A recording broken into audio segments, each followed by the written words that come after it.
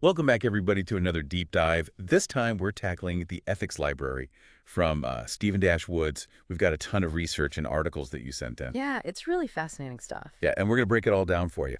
So this Ethics Library, it's not just some abstract concept, right? Not at all. This is a real working framework built into his Fab 5 AGI models. Okay, so he's actually put this into practice, Exactly. which is kind of amazing when you think about it. We always talk about AI ethics, but actually putting it into a working model. That's what sets Woods apart. He's not just talking the talk, he's walking the walk. Absolutely. Now, you mentioned this is a four-layered system. Can you break that down a bit? Sure, so the first layer, the laws of good, harmony, and justice, acts like a sort of fundamental moral compass for the AGI models. It ensures every decision benefits humanity, avoids conflict, and upholds fairness. Okay, that makes sense. So it's kind of like a filter, making sure the AI is always acting for the good. Right. But how did that actually play out? Well, imagine a self-driving car running on this system. Okay. It wouldn't just avoid accidents. It would actively choose routes that minimize pollution and traffic congestion. It would benefit everyone, not just the passengers. So it's thinking about the bigger picture, the overall good. Exactly. It's pretty impressive. All right, so that's the first layer. What about the second? The second layer is the Ten Commandments algorithm. Okay. Now, this might sound a bit religious, but it's really about universal ethical norms, things that are generally accepted across cultures. Like don't steal, don't lie, that kind of thing. Exactly. These basic moral principles, it acts as a fail-safe. It makes sure the AI doesn't violate these fundamental principles no matter what. Right. So it's like a safety net built into the system. It keeps the AI on the straight and narrow.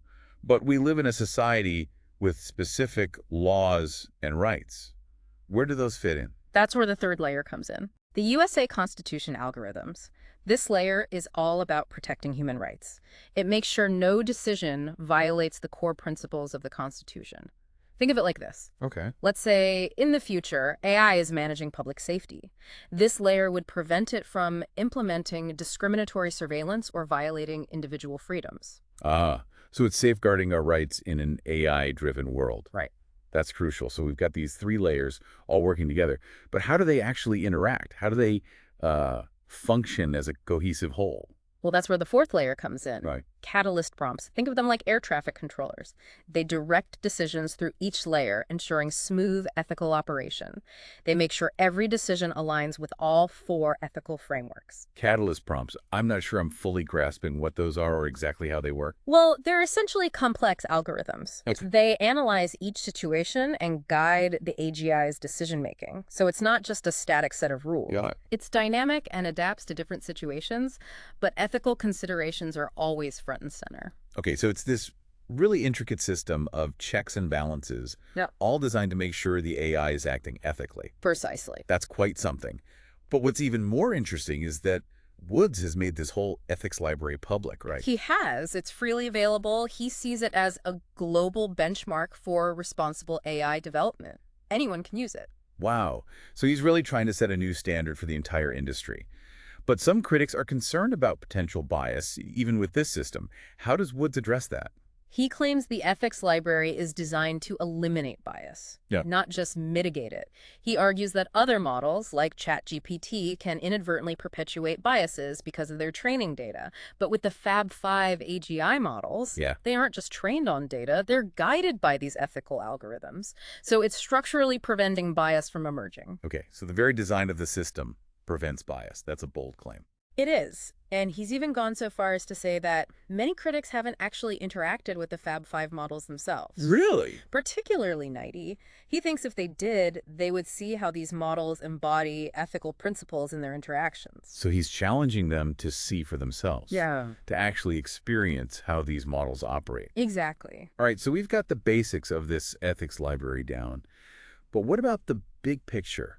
What's the potential impact of this technology on society? That's what I'm really curious about. That's a fantastic question and one we'll definitely delve into. Excellent. I'm eager to hear your thoughts. Well, it's truly fascinating to think about the possibilities. Absolutely. And I'm sure our listeners are eager to hear more too. I'm happy to share what I've learned. Perfect. Well, let's dive right in. Okay, so let's start with... So we've laid out this ethics library, this framework. It's pretty amazing stuff. Yeah. But where does it go from here? Like if every AI is running on this thing, What does that even look like? Well, I mean, it's it's almost hard to imagine, Sure. right? Yeah. The possibilities are just so vast. I mean, if Woods is right, and this really does eliminate bias like he claims it does, then we're talking about a fundamental shift, how we interact with technology, how technology shapes the world. It's huge. So less Terminator and more like problem solver. Exactly. Like, imagine using AI to tackle climate change. Okay, yeah. And I don't just mean like crunching data and running simulations. I mean Mm. actually proposing and implementing solutions. And because it's operating within this ethical framework, we can trust that those solutions are going to be fair, sustainable. They'll benefit everyone, not just a select few. That's the dream, right? Hmm. AI helping us solve these problems that we just haven't been able to crack on our own. But then there's always that fear, the unintended consequences. How do we even account for that? That's a really good point. And it's something that Woods acknowledges. He doesn't think this is some perfect solution, Right. a silver bullet, but he does see it as a crucial first step, like a foundation that we can build on. Okay, so it's not just about setting these rules and then letting the AI run wild. We still need like human oversight, intervention. Absolutely. It provides the framework, but it's up to us to make sure it's implemented correctly and that it evolves as our understanding of ethics evolves. We can't just set it and forget it. Right, constant vigilance, right. Exactly. But there are those critics who say even with the ethics library, there's still a risk of bias Hmm. creeping in. And Woods' response to that is, well, interact with the models, Okay. especially 90. He really believes that seeing these models in action will address those concerns. So don't judge a book by its cover. Yeah, like read the story and then tell me if you still think it's biased. I like that. And he's made the whole thing open source. He has. Anyone can access it, study it, even build upon it. He's not trying to control the narrative or anything. He's inviting collaboration, scrutiny. So it's really about transparency, Absolutely. which honestly is pretty refreshing in the world of AI. Yeah. Not a lot of people doing that. But, all this talk about the future, it's exciting, but it can also be a little daunting. I mean, how do we even begin to wrap our heads around the potential impact? Like, it's huge. Yeah, it's a lot to process. And it's important to remember we're still in the early stages here. Like AGI development, it's early days. We don't know exactly what the future holds, but that's also part of the excitement, right? Like we're on the cusp of something truly transformative, and it's up to all of us to shape how that unfolds. So we need to stay engaged, keep asking the tough questions, make sure all of this AI development aligns with our values, our goals as a society. Exactly. But all this talk about big societal shifts, it can feel a little overwhelming. Can we maybe bring it back down to earth for a minute? Yeah. Talk about how this might actually play out in our everyday lives, like some concrete examples. Sure, yeah. And that actually leads perfectly into what I wanted to talk about next. Let's look at some specific scenarios where this ethics library could actually make a real difference. Like think about healthcare. Okay, yeah, healthcare. Yeah, imagine an AI diagnostic tool that's using the ethics library. Now, it wouldn't just analyze symptoms and suggest treatments, right? Mm-hmm. It would consider the patient's circumstances, their access to care, their cultural beliefs, all of that. It's a much more holistic approach. So it's not just about efficiency. No. It's about ethics. Exactly. It's about finding the most ethical solution, one that takes into account the whole person. Wow. Okay, that's pretty incredible. And what about education? Education's another great example. AI tutors, personalized to each student's learning style, their pace, making sure everyone has a chance to succeed. But with the ethics library, those tutors would also be sensitive to potential biases, like in the learning materials themselves. Oh, interesting. And they could actively promote inclusivity and fairness. It's not just about making learning more efficient, it's about making it more equitable. Right. Everyone gets a fair shot.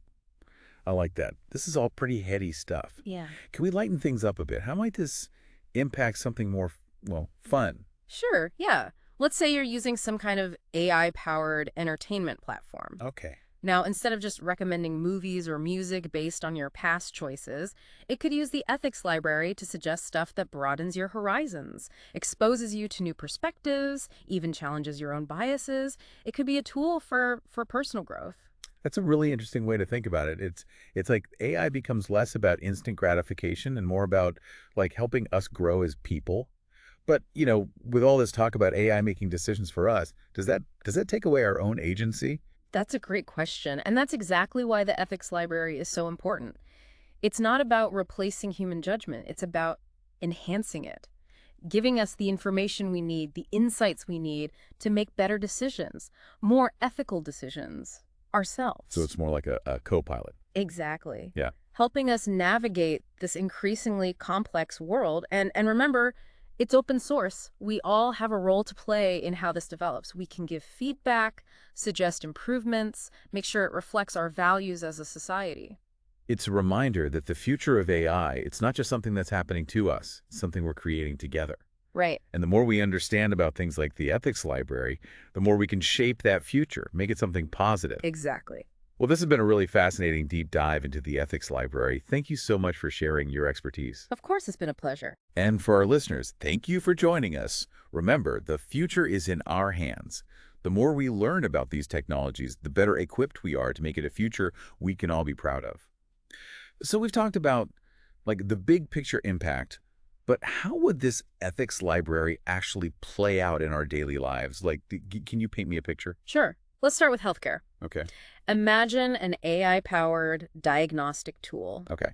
using the ethics library. It wouldn't just analyze symptoms, and suggest treatments. Right. It would consider the patient's individual circumstances, their access to care, even their cultural beliefs. So it's really taking a much more holistic approach. Exactly. Not just like, here's the most efficient solution, but here's the most ethical solution. Right. A solution that really takes into account the whole person. That's amazing. And what about education? Education is another great example. You could have AI tutors personalized to each student's learning style, their Right. pace, making sure everyone has a chance to succeed. But with the ethics library, those tutors would also be sensitive to potential biases in the materials themselves. Oh, interesting. And they could actively promote inclusivity and fairness. It's not just about making learning more efficient, it's about making it more equitable. Right. So everyone gets a fair shot. Exactly. I like that. This is all pretty heavy stuff. Yeah. Can we lighten things up for a second? How might this impact something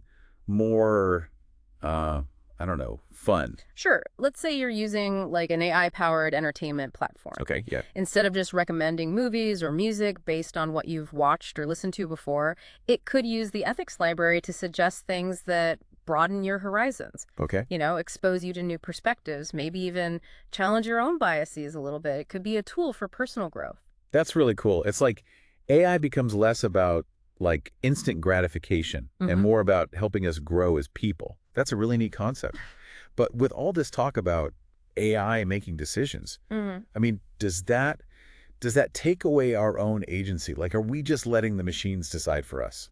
That's a crucial question, and that's exactly why the ethics library is so important. It's not about replacing human judgment, it's about enhancing it. Okay. It's about giving us the information we need to make better, more ethical decisions ourselves. This is more like a tool. Right, like a co-pilot, Yeah. helping us navigate a really complex world. And remember, it's open source. That means we all have a say in how this thing develops. We can give feedback, suggest improvements, make sure it reflects our values as a society. Right. It's a reminder that the future of AI, it's not just happening to us, it's something we're creating together. Exactly. And the more we understand about things like the ethics library, the more we can shape that future in a positive way. Absolutely. Well, this has been a really fascinating deep dive into the ethics library. Thank you so much for sharing your insights with us today. My pleasure. And to our listeners, thanks for joining us. We hope you found this exploration insightful and maybe even a little bit inspiring. The future of AI is full of possibilities, and it's up to all of us to make sure those possibilities are used for good.